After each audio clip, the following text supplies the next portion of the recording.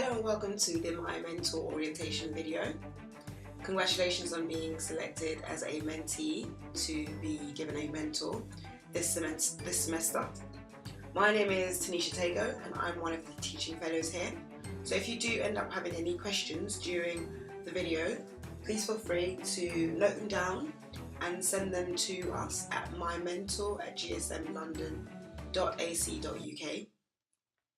So this My Mentor project is a mentoring scheme to support level 5 students, and it runs during the period of time of the semester, so between weeks 1 and 10. So you are now possibly watching this video around week 3, week 4, and so this video itself is an orientation video. As you can see in front of us, this is the agenda for the kind of things that we're going to cover specifically in this video. I'm going to spend some time now talking through everything. Please, as I said, feel free to take notes and send an email through if you do have any questions or queries. So ordinarily speaking, we would do an icebreaker, but we are unable to do one today because this is a webinar. However, I can start by telling you why we're running this program.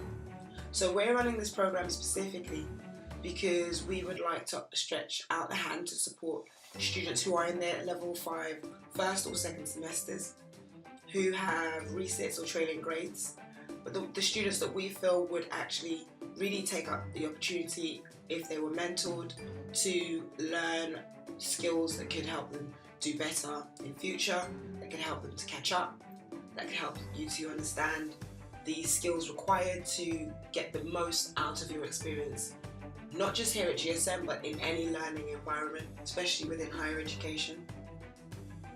And also just to ensure that you do actually make it through actually doing some work and attending your resit classes and putting together your assessments, but being there for you for this particular semester. So another reason why we're running this orientation is because we would like to also manage expectations. So I will be talking to you about the differences between what you can and cannot expect from your mentoring relationship. And we will be talking to you about the learning contract, the agreement between yourself and your mentor. Also about the meeting agreements and the meeting planning process and how that works and your role within that as well. I'll also be providing you with some instructions on how to fill both of them. And then we've taken some time to make a list of recommendations for activities and also to let you know when this project will be starting and to provide you with space to give us an evaluation and feedback. So I'm going to get started with everything now, and I do hope that you participate fully, take some notes. As I said, if you have questions, feel free to send it over or pop over and see anyone. Just ask for anyone that's working on the My Mentor scheme at Student Services and they should be able to direct you to one of us. So moving on, let's talk about the mentor relationship cycle. Well, initially, the first steps we would like you to do when you meet with your mentor is actually to make an effort to begin the relationship and get to know them. We don't want you to get to know them on a personal level, but just try to understand maybe things about the work that they do and how long they've been here at GSM London. If you've never met them before, and explain to them the reasons why you've come along to GSM to study, so they can really understand who they're working with and why and what you would like to get out of the situation. And then following on from there, then you'll be able to find that in your second and third meetings, it would be easier for you to begin to focus on the issues that you really have. Maybe they are understanding assessments, maybe they are, understanding how to put together a report. And you can begin to focus on those issues, even if there's things like time management. And then they can help you to develop new perspectives and also help you to start action planning. Ideally, we would like you to ensure that you do attend all resit sessions and submit everything. And so participating in some action planning with your mentor would definitely go towards helping that. And then as you get further into your mentoring process and through this particular semester, you'll be able to see the progress that you'll be able to make.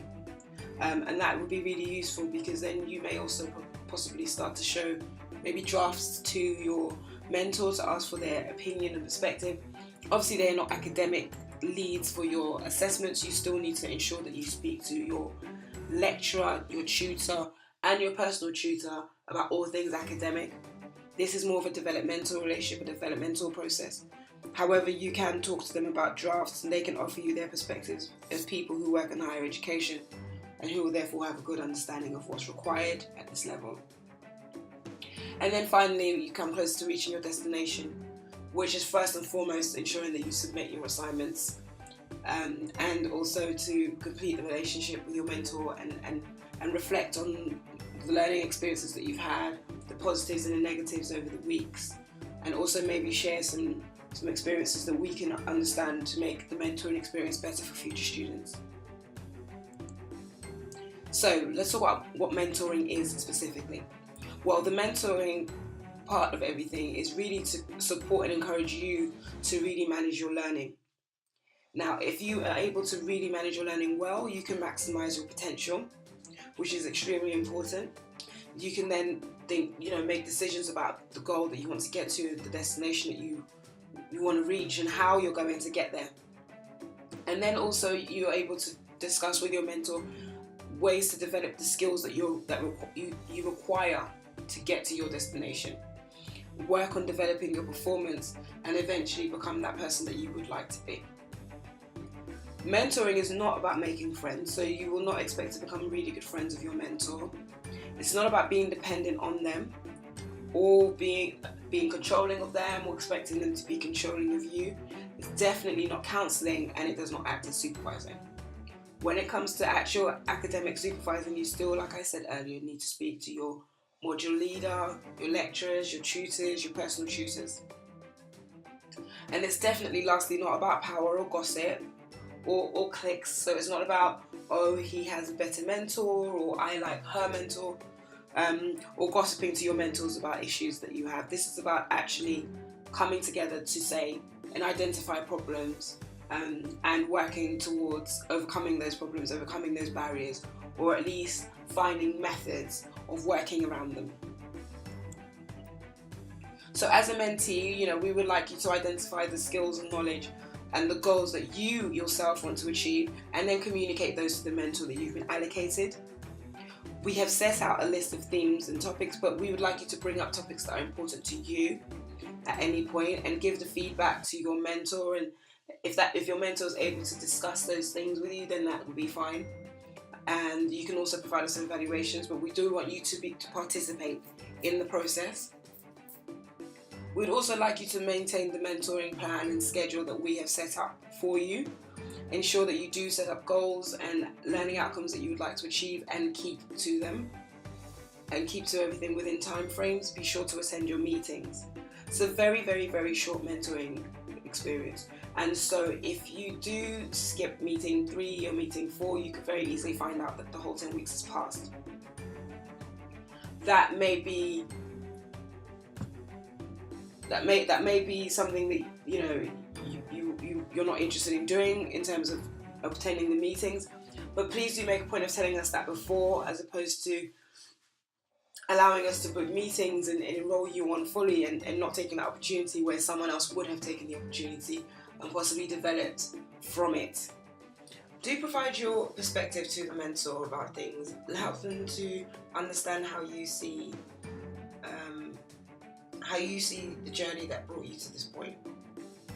Also listen to them so that they can also tell you some of the issues that they may have identified and things that they may feel that you can work on together. Try to share your experiences with them of both your successes and failures here at GSM, and really make sure that they understand how and what you have achieved at various times and how this has helped you. Do try to be honest and also give them constructive feedback if you need to about the conversations that you're having and how you think it's helping you and what you think would help you instead. And allow your mentor to be a sounding board for your thoughts on your assessments and where you feel like you could do better.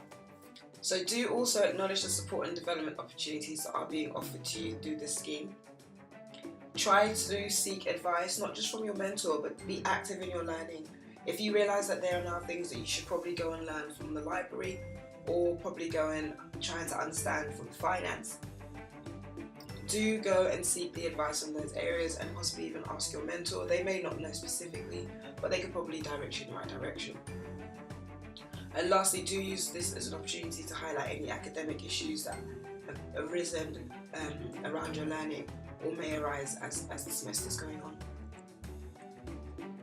Please do not see this as a counselling service. Do not request specific academic feedback or advice that would normally be provided by your lecturer and tutor. As we have said, your mentor can guide you from the perspective of an academic generally, but it is really vital that you do not approach them for specific coursework feedback, because if they give you their perspective, they are not the marker, they are possibly not even marking or working in your module, and so this is an appropriate type of conversation to have with them. Do go to your lecturer and tutor for this.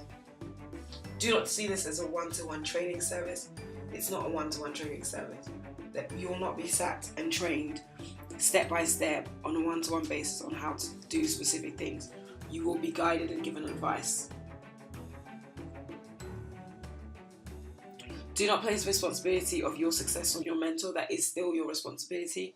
We are providing you with a mentor to make the journey easier, but not to remove your responsibility from the situation. And lastly, please do not intrude into areas and topics that the mentor wishes to keep private. Another style of mentoring is actually more coaching, which is something that people confuse mentoring with quite a lot, but it's slightly different. So I'm gonna give you a little bit of a talk through that, the coaching experience, and if you decide that you would prefer to be coached and mentored, please feel free to communicate this to the mentor. They can use this style of working with you, but it's very important that you do not confuse the two. So coaching is developing your skills and abilities, so working with someone to develop specific skills and abilities so you can boost your performance. And this is very useful in terms of dealing with issues and challenges, such as academic issues, academic challenges, before they really become major problems. Now, because all of you have at least one final sit, the chances are that that is a problem. Failing that would be a major problem, which coaching could also help you to resolve. However, coaching is not therapy at all. So if coaching doesn't focus on things to do with your past or trying to deal with any emotional situations or symptoms of anxiety or depression, the coach is basically there to assume that you are capable and you can achieve the goal. However, they're there to help you to develop a plan based on your values and your goals so that you can achieve them.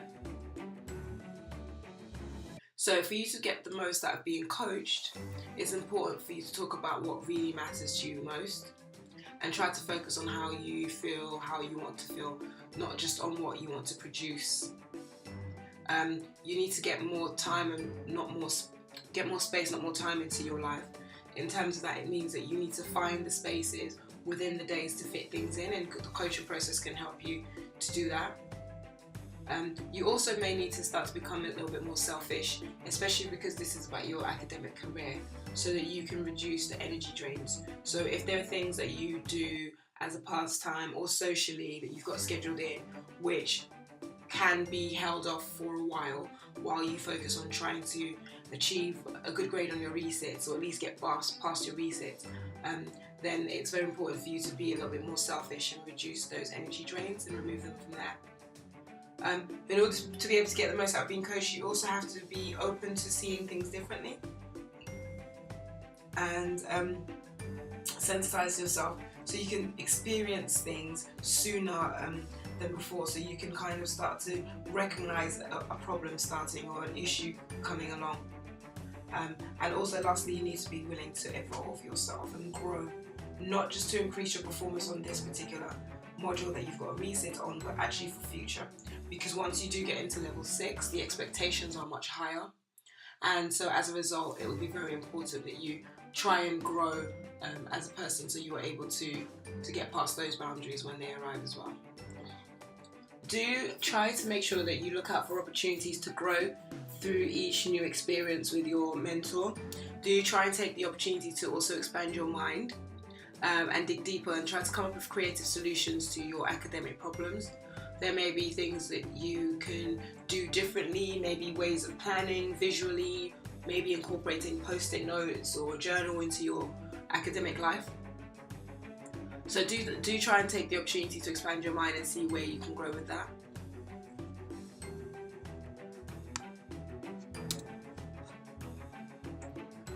Also try to understand that your mentor is here to give you constructive criticism, and that you need to listen to that constructive criticism and try and take it on, and try not to respond with being insulting or insensitive or make any personal remarks to your mentor, because they would probably be making remarks to do with assignments and tasks, and probably being honest in a way that they feel would help you to understand specifically what the issue is and where specifically the changes could be made. And so responding by being insulting or insensitive is inappropriate for this situation. You need to also be willing to allow your mentor to guide you towards perhaps receiving help from other people, so maybe other parts of the organisation. If your mentor identifies that yes, there is an issue here, however they are not the best place to resolve it, they're more likely to want to signpost you to another department who can.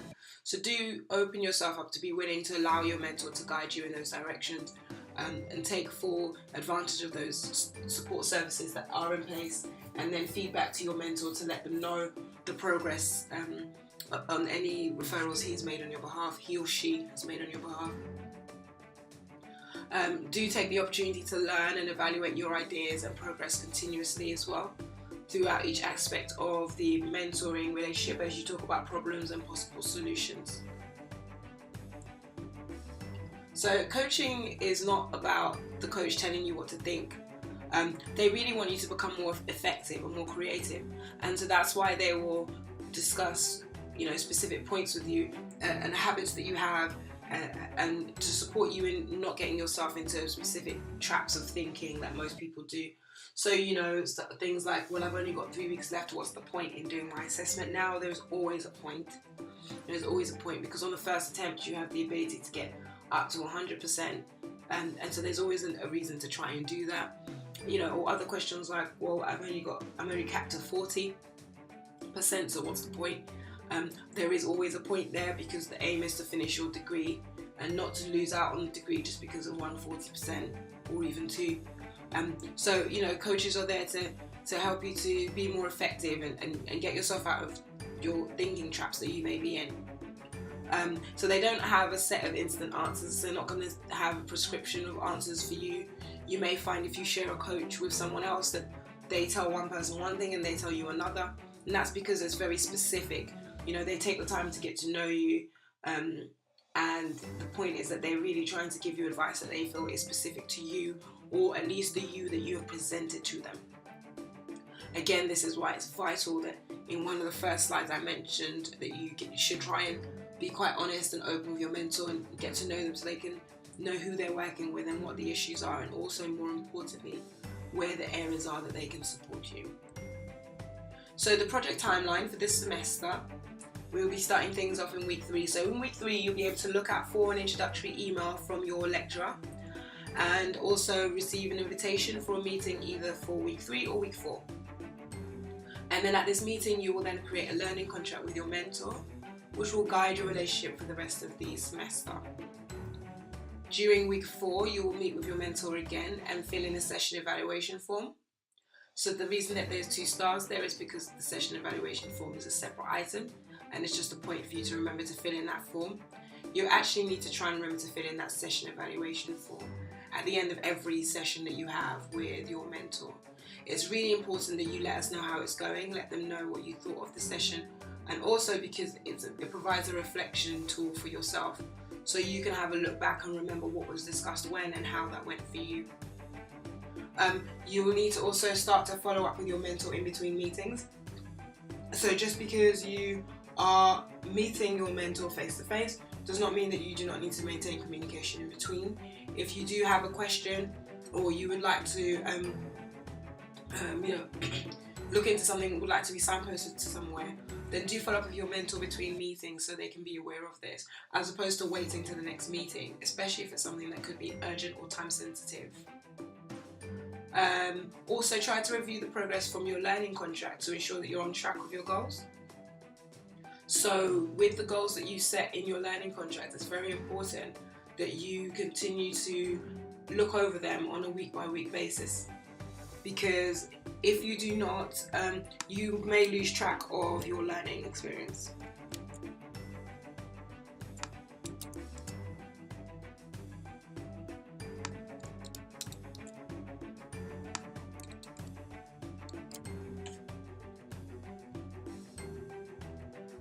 because if you don't, you may lose sight of your learning experience and the goals that you had that you wanted to achieve through this process. So do make sure that you keep on track with checking how you're progressing through the learning contract and how close you are getting to your goal. And then also in week 4, it's time to start preparing to attend your resit sessions in week 5. So making sure you have your timetable, you have access to your timetable, you are aware of the time of your class, where your class is, and you have already watched the resit videos that have been allocated to you to understand what caused failures most commonly in that module through the last marking round. This is vital and very, very, very important. So please make sure that you do prepare to attend at this point. And then in week 5, you will obviously start to attend your resit classes, and then also start to communicate with your mentor about the resit session and make sure that they understand, how you're feeling about it, if it went well, what you communicated, what you didn't. Also at this point, you should now be able to start to have access to your assessment briefs for your assignments, so you can start to review them and work on them and make decisions about how you're going to tackle them. Make sure that you have a very clear understanding of the assessment. If you do not, ask the lecturer or tutor taking your resit sessions, and then note down any potential barriers or issues that you think you would need to discuss with your mentor during your week 6 meeting. So in week 6, you will be meeting with your mentor, and then in that meeting, the hope is that you'll discuss any concerns you have about your progress, which will now include your assessment briefs, the notes on potential barriers to learning that we discussed earlier, and then making a plan for week 8 to meet up using the meeting planning form, and then starting to work on your assessments and on revision, because this would now be week 6, so you have a limited time to submission. In week 7, please do continue to work with your assessments and revision. Start maybe showing drafts of your work for feedback to your mentor and to the lecturers and teachers, and review the progress from your learning contract again, just to make sure that you are on track with your goals. And then coming to week 8, we can start to see how, if you've worked on everything, you should have bigger drafts of your assignment for feedback, which you can now start to cross-check across your learning contract as well and your goals, and to see if you're on track with everything else before week 9, where you will try to meet with your deadline, but also make sure that you submit all your coursework and get it in before the date. So all resit coursework is due on the 14th of December. So no late submissions will be accepted on resit, so do ensure that you manage your time well. Any issues with time management, or you not feeling that you're going to submit or anything, should be discussed with your lecturer, your tutor, the module leader, your personal tutor, and perhaps even your mentor. But do not wait until the end to start to complain, because late submissions will not be accepted. So, talking about activity ideas, there are a few activity ideas here, such as meeting for a coffee in the cafeteria on campus, or over food in the cafeterias on campus. There may be some opportunities to job shadow, or to at least do some introductions to meeting people that your mentor might find useful for you, etc. They can teach you something, you can teach them something back. Perhaps you can talk about books that you're reading, or maybe you can even take control of the upcoming meetings and make plans, etc. Share your growing up stories, or have a strengths mapping session. As you know, we do use the Gallup Strengths tool, so if you would like to have a strengths mapping session, then bring your strengths results along and have a conversation with your mentor / coach about that. We've also developed some session themes which you can use as discussion points. For example, number 4, this is not to motivate you, could be an interesting discussion point. Looking around at all the situations in life that we feel there should always be someone there behind us, motivating us or cheering us on, and we find it very difficult when in actual fact the reception that we receive seems to be quite opposite. It provides opportunity for you to talk about the fact that in most of the things that we do in life, it's not really to motivate us, we're doing it for a purpose. That motivation really needs to come from within. And that applies a lot as well in assessments, and especially in the HE environment, where you are here to to gain a degree and to gain a qualification. You're not here to be motivated. You should be motivated when you arrive. Although we will try to keep the fire alive within you, most things in life are not to motivate you. Another example of a topic could be, is biography destiny, which is an interesting article actually online you could read by Michelle Dewberry, talking about how we sometimes as people look back on our biographies and make decisions about what that means for our future. And you can discuss something like that with your mentor, maybe share experiences on how that could be a useful way to look at life, but also how that could hinder you.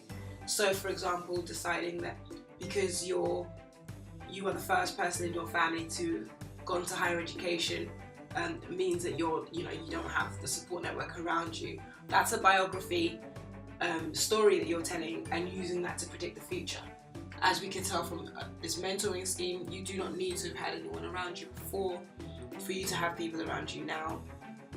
And so, you can discuss those kind of things with your mentor. Or let's have another one. Or maybe even what is your target? So what is your actual target in life? Not your desires and not your goals, but what's your target? Where are you aiming for? If you were a dart, where would you be trying to land on the dartboard? So you can pick through these themes and discuss them with your mentor. You can feel free to download the slides, the full set are on the slides, or you can just replay this video and pause it on a particular page that you'd like to look at. I'm just going to move on to the next topic now. So the next thing is the resource list. That you'll find that there are a few resources to support you. So the meeting planning worksheet is available as a printable and as a Google form. So is the feedback sheet. The FAQs, frequently asked questions, I will be reading to you at the end of this, and they're included in the slide deck, along with the activity ideas I mentioned earlier and the talking themes. The learning contract is separate, it's printable or a Google form, which you can find online. And there is going to be a procedure that we will provide, some guidance on for how to complete the mentoring relationship, how to give us feedback, and how to maybe perhaps attend focus groups to discuss how we can make it better in the future. So there are also policies and procedures which are available on the GSM Learn site publicly for everyone to view. And so you can have a look at that, and your mentor or coach will actually already have an idea of the policies and procedures that are surrounding this mentoring scheme. When you fill in the forms, if you use the internet to fill them in on Google Forms, do make sure that all the sections marked with an asterisk are completed. Double check that you've completed all sections, regardless of if there's an asterisk, because there may be information in there that you haven't provided, but we felt could be optional. But if it's specific to you, you need to provide it. Do ensure that you do that. Try to download a copy for your records by selecting the print option in the top corner, and then maybe saving it as a PDF or actually printing it, and then go ahead and submit that through to us. Changes can be made at a later date. You can always get in contact with us and let us know if something is different. But they're really important, especially for the session evaluation forms and the meeting planning forms. It's very important that you fill all the sections well so we can support you. So what are the frequently asked questions? Things like, can I change my mentor? What if I no longer want to continue? What happens if I'm running late for a meeting? Where will our meetings be? Can we have off-site meetings? So these are all quite common questions. So we decided to put some answers together for that. So can I change my mentor? Well, the mentoring scheme is running for a limited period of time over the 10 weeks of semester. So as you can imagine, it takes quite a while to get everything together, allocate the mentors to the mentees. And so therefore there really isn't the time available for us to do that. And based on that, first and foremost, we do not recommend the change of mentor, because you may not end up having a mentor for the rest of this semester, and then you wouldn't be eligible for the scheme afterwards. So that could be an issue. Secondly, the whole point of the mentoring and coaching relationship, as we said earlier, is not to be friends. It's to grow, it's to make plans and to move forward. And sometimes we grow from the most frustrating and annoying and painful or uncomfortable situations in life. And so if you would like to change your mentor because you feel like someone would be easier or better, that's not necessarily actually beneficial for you anyway. So we are willing to discuss the issues and the reason why you would like to perhaps change your mentor, but we do not recommend it at all. If you do decide that you would like to still go ahead and try to make a change, feel free to email us at mymentor@gsmlondon.ac.uk, and just, make sure the subject is very clear. Perhaps keep it as, can I change my mentor? But if you feel like you no longer want to continue and you feel uncomfortable for any reason, you can always feel free to give us a call or send an email to mymentor@gsmlondon.ac.uk, and we would be happy to discuss things with you and see if there are ways we can work around any issues that you have. If you're running late for a meeting, please send us an email again to mymentor@gsmlondon.ac.uk, or give us a phone call on 0208 518 7800. We don't recommend that you exchange contact details with your mentor, so please do make sure that you speak to us directly. And if you're unable to attend a meeting, make sure you let us know this as soon as possible, as early as possible, because all the mentors participating on this scheme are very busy and they have extremely busy schedules, and so it's taking us a lot of time to get them to make the spaces that have been made and allocated to you. And so as a result, it would just be very useful if you could try to make sure that you let us know very early if you have to cancel. Your meetings will possibly take place on GSM London campuses. The campuses are in different parts of the city. There's one in Greenford, one in London Bridge, and there's one in Greenwich. We do recommend that face-to-face meetings should be conducted on campus, because you also have access to IT facilities and meeting rooms very easily, unlike if you were to attempt to have a meeting somewhere else and be turned down, or the environment might be too noisy. You can have off-site meetings, but it's advisable that all meetings are conducted on any one of our 3 campuses, as I mentioned earlier, as opposed to any other location. So that's it. Thank you very much for listening to this webinar.